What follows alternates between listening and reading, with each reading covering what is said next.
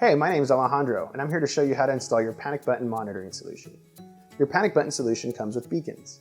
Beacons are designed to be installed in every room so that in case of emergency, it can provide you with the correct location of the person in distress.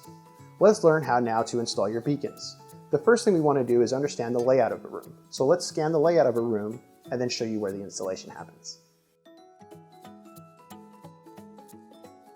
Great, so now that we've scanned the layout of the room, we have a better idea of where do we install it. Two things to remember and keep in mind when installing a beacon. Keep it center and keep it hidden.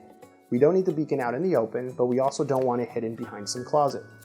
We prefer it to be in the center of the room to have the most optimal coverage of the area, but also in case anyone's running or walking down the hallway, it can pick them up as well. We're ready for installation. So, first thing we want to do, make sure you place your double-sided tape on the back of your sensor, and then we want to scan in your sensor as well. Take your app, let's go to Add Device, scan the QR code, and then enter the details.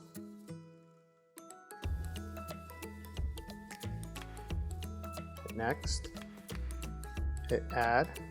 But now I want to make sure I turn on the beacon. Press and hold the power button until you see a flashing red light. Excellent, the beacon's turned on. I'll peel my double-sided tape.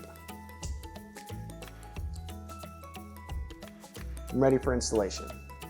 Great, so now that we've turned it on, we've scanned it, we've placed our double-sided tape and peeled it, we're ready to place it into the location. So again, somewhere in the center, not so hidden, but not so out in the open.